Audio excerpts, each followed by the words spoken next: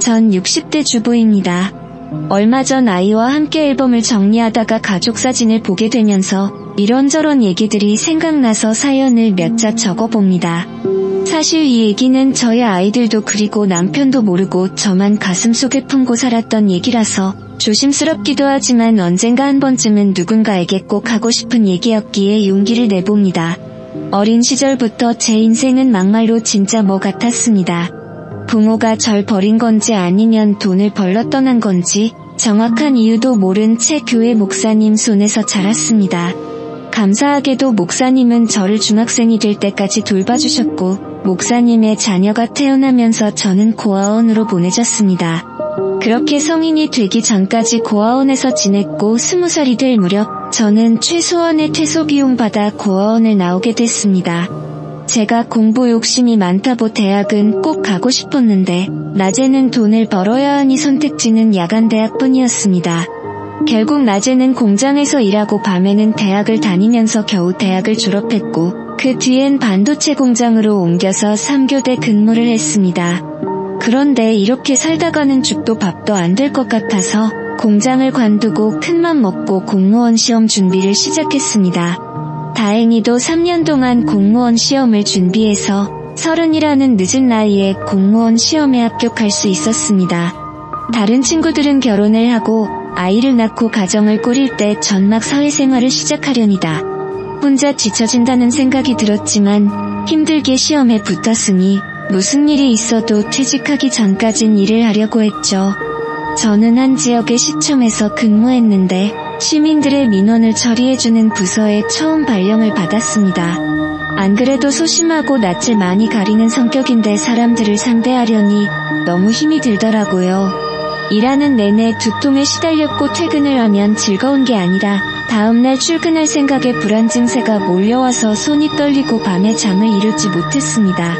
안 그래도 소심하고 낯을 많이 가리는 성격인데 퇴근을 하면 즐거운 게 아니라 손이 떨리고 그러던 어느 날 민원 처리를 하고 있는데 한 남자가 서류를 들고 와서는 몇 가지 문의를 해왔습니다. 그 남자의 물음에 답을 해주는데 갑자기 정신이 몽롱해지면서 잠이 오는 겁니다. 그렇게 전 그 자리에서 쓰러졌고 눈을 떠보니 병실에 누워 있었습니다. 그런데 제 앞에는 낯선 남자가 서 있는 겁니다. 정신을 차리고 자리에서 일어나려고 하니 지금 일어나실 수 있겠어요? 좀 더 쉬셔야 할 것 같은데 이라고 하며 저를 일으켜주는데 낯선 남자의 터치가 조금 불편해서 제가 몸을 뒤척이니 좀 더 쉬셔야 할 것 같은데 제가 몸을 뒤척이다. 아 죄송합니다. 저 누군지 모르시겠죠? 저 아까 시청에서 서류 떼려고 갔는데 갑자기 제 앞에서 쓰러지시는 바람에 우선 놀라서 제가 응급차 타고 같이 왔어요. 직원분들이 올 상황이 아닌 것 같아서 라고 자기 길을 소개하더라고요. 저는 감사한 마음에 퇴원 처리를 하고 그분에게 연락처를 물었습니다. 그래도 절 도와주신 분인데 식사 대접이라도 해야 할 것 같아서요. 그리고 일주일 뒤 그 남자와 저녁 식사를 하는데 사람이 너무 자상하고 괜찮더라고요. 그 남자는 아버지와 함께 작은 사업을 하는 남자였는데 겉모습만 봐도 저와는 너무 다른 세계에 사는 사람 같았습니다. 깔끔한 스타일의 옷도 유명 브랜드를 입고 다니고 누가 봐도 곱게 자란 티가 났죠. 몇 번 만나면서 저는 그 남자에게 호감을 느꼈지만 만나면 만날수록 욕심을 내면 안 될 것 같다는 생각이 들더라고요. 전 친인척 하나 없고 부모도 없는 고아원 출신에 재산이라고는 제가 월급 봐서 모은 돈이 전부였으니까요. 이제 겨우 시험에 붙어서 작은 원룸 하나 마련하기까지 너무 오랜 시간이 걸려서 그런지 그 멋진 남자 앞에만 있으면 제가 너무 작아지는 느낌이 들었습니다. 하지만 그 남자와 한 달 정도 만나면서 몇 번이나 헤어지자고 얘기하려 했지만 도저히 용기가 나지 않았습니다. 그런데 하루는 남자가 집 앞 일하면서 잠깐 나와달라고 하더라고요. 남자는 차 안에서 저를 기다리고 있었는데 제가 차에 타자마자 저에게 입을 맞추더니 정식으로 연인이 되고 싶다고 하는 겁니다. 전 그 얘기를 듣고 펑펑 울어버렸습니다. 나같이 볼품없는 사람을 사랑해주는 사람이 나타나니 괜스레 눈물이 나더라고요. 전 그렇게 그 남자를 받아주기로 했고 1년 연애 끝에 저희 두 사람은 결혼을 약속했습니다. 저야 부모님이 안 계셔서 저만 좋으면 결혼을 할 수 있었지만 문제는 남자의 어머니였습니다. 결혼을 반대하는 이유는 단지 제가 고아라는 것 때문이었습니다. 어머님을 이해 못하는 건 아니었지만 고아가 된 게 제 탓도 아니고 절 만나보지도 않겠다고 하시니 솔직히 억울하긴 하더라고요. 하지만 아버지는 달랐습니다. 오히려 제가 고아로 자랐는데 혼자 공부해서 공무원까지 됐다고 하니 따구가 있어 보인다며 저를 먼저 만나보고 싶다고 하셨다는 겁니다. 그렇게 아버님과 처음으로 식사 자리가 마련됐고 저를 보며 환하게 웃어주셨던 미소가 아직도 생각이 납니다. 거기에 술이 한 잔 들어가니 저도 마음이 편해지고 아버님께서 저에게도 말을 놓으시니 마치 이 결혼을 정말 허락받은 것 같은 생각이 들었습니다. 아버님이 잘해주시니 저도 그만큼 해드리려고 정말 많이 노력했습니다. 결혼하기도 전이었지만 먼저 연락도 드리고 선물도 드리고 단둘이 만나서 식사도 하고 아버님은 그런 제가 정말 마음에 드셨는지 얼른 결혼식을 준비하라고 하시더라고요. 어머님은 자기한테 맡기라면서요. 결국 저희 두 사람은 아버님을 등에 업고 결혼식을 올릴 수 있었고 감사하게도 작은 신혼집까지 마련해 주셨습니다. 대신 조건이 있었습니다. 제가 몸이 많이 허약한 편이다 보니 아버님께선 일을 관두고 남편을 내조하길 원하셨습니다. 대신 무슨 일이 생기면 본인에게 바로 얘기하고 책임까지 져주시겠다고 약속을 했지요. 저 말을 듣고 솔직히 고민을 안 했다면 거짓말입니다. 공무원이 되겠다고 고생한 3년이 주마등처럼 스쳐갔지만 저도 이제 남들처럼 가정이 생겼고 제 미래를 이 가족에게 바쳐도 괜찮을 것 같다는 생각이 들었습니다. 솔직히 남편 사업이 꽤 잘 되기도 했었고 적어도 돈 때문에 마음고생할 일은 없어 보였기 때문이죠.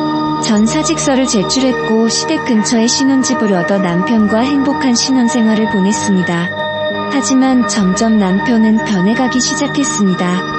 누구보다 저를 사랑해줄 것 같던 사람이 외박은 점점 잦아지고 연락도 잘 되지 않았습니다. 제가 조금이라도 잔소리를 하면 바로 손이 올라왔고 폭력을 쓰려 하더군요. 전 그럴 때마다 아버님을 찾아갔고 아버님께서는 저 대신 남편에게 쓴소리도 하고 혼을 내기도 하셨습니다. 그렇게 결혼 3년 차쯤 됐을까 드디어 사건이 터졌습니다. 점심때 친구와 만나기로 한 약속 장소는 남편 회사 근처였습니다. 친구와 점심을 먹고 남편이랑 커피 한잔 하려고 휴대폰을 꺼내든 순간 전 제 눈을 의심했습니다. 남편이 낯선 여자의 허리를 감고 길을 걷고 있더라고요. 멀리 있어서 흐릿했지만 분명 제가 아침에 챙겨준 셔츠에 신발 그리고 재킷까지 누가 봐도 남편이었습니다. 그 자리에서 남편에게 달려가 따귀라도 때리고 그 여자의 머리채라도 잡았어야 했지만 전 아무 말도 하지 못했습니다. 만약 이대로 이혼을 하게 되면 앞으로 어떻게 살아가야 할지 그저 막막하기만 했거든요. 그 일이 있고 난 뒤 남편의 바람은 더 과감해졌습니다. 대놓고 집 앞에 차를 세워두고 그 여자와 데이트를 하고 동네에서도 팔짱을 끼고 다니면서 부부 행세를 했습니다. 어찌나 유난들을 떨고 다녔는지 이미 동네에선 남편이 바람을 피고 있다는 소문이 파다할 정도였으니까요. 한 번은 동네에 부끄럽게 뭐하는 거야? 바람을 피려면 조용히 피던가 하고 먼저 한마디 던졌더니 황당하다는 듯 대답하더군요. 야, 막말로 내가 내조만 잘했어도 나 딴 데 눈 안 돌렸어. 여자가 말이야 남편이 집에 오면 좀 살갑게 애교도 부리고 그래야지 목석처럼 앉아서 말 한마디 안 하는데 무슨 재미로 집에 오겠냐? 안 그래, 저 말을 듣는데 기가 막히더군요. 마치 자기가 바람을 핀 이유가 저 때문이라는 것처럼 말을 하고는 문을 쾅 닫고 나가버렸습니다. 저는 저 말을 꺼내기까지 몇 날 며칠을 고민했는데 고작 돌아오는 대답이 저 따위라니. 이대로 집에 혼자 있으면 이대로 제가 죽어버릴 것만 같아서 누군가에게 위로받고 싶었지만 전화 한 통 걸 곳이 없었습니다. 전 결국 시댁에 모든 사실을 다 얘기했고 어머님은 남자가 사업을 하다 보면 그럴 수도 있는 거라며 그냥 잊고 살라고 하는 반면 아버님은 달랐습니다. 이 새끼 저 새끼 입에 담지 못할 험한 욕을 하시더니 남편에게 전화를 걸어 당장 집으로 오라고 하시더군요. 그날 밤 남편은 밤새도록 아버님에게 두들겨 맞았습니다. 맘 같아서는 당장 이혼이라도 하고 싶었지만 뱃속에 아이와 직장도 없는 제가 갈 곳이 없었기에 섣불리 이혼 얘기는 꺼내지도 못하겠더라고요. 아무 말도 못하는 저를 보고 아버님은 허튼 생각하지 말고 신혼집 정리하고 여기로 들어와라. 내가 저놈은 무슨 일이 있어도 버릇을 고쳐놓을 테니 나만 믿고 들어와. 라고 하시더군요. 평소 아버님 말이라면 꼼짝을 못하던 남편은 일주일 만에 신혼집을 정리했고 저희 부부는 결국 시댁으로 들어오게 됐습니다. 아버님 말대로 시댁으로 들어오니 남편이 꼼짝을 못하더라고요. 그렇게 5년 정도 그 집에 살면서 아이도 출산했고 크고 작은 사건들은 있었지만 그냥 남들처럼 평범한 날들을 보냈습니다. 저는 평소처럼 아이를 어린이집에 아이를 데려다주고 집으로 돌아오는 오는 길이었습니다. 깜빡하고 열쇠를 안 가지고 와서 밖에서 문을 두들겼는데 인기척이 없는 겁니다. 분명 어머님이 집에 쉴 시간인데 아무 소리도 들리지 않길래 어머님께 전화를 걸었지만 받지 않으시더라고요. 괜스레 불길한 예감이 들어 열쇠 수리공을 불러 문을 땄습니다. 그런데 현관문을 여는 순간 저는 너무 놀라서 제자리에 주저앉아 버렸습니다. 어머님이 가슴을 부여잡고 문 앞에 쓰러져 계시는 겁니다. 놀란 저 대신 열쇠 수리공이 119에 신고를 해주었고 응급차를 타고 가면서 가족들에게 전화를 걸었습니다. 안녕하세요. 전 60제 전화를 받은 가족들이 모두 병원으로 모였지만 이미 병원에 도착했을 때 어머님은 심장은 멈춰 있었습니다. 평소 혈관 질환을 갖고 계셔서 건강에 주의를 했지만 급성 심근경색으로 돌아가셨다는 얘기를 듣게 되었습니다. 너무 갑작스러운 죽음 앞에 가족들 모두 슬픔을 감추지 못했고 아버님은 어머니의 손을 잡고 펑펑 우셨습니다.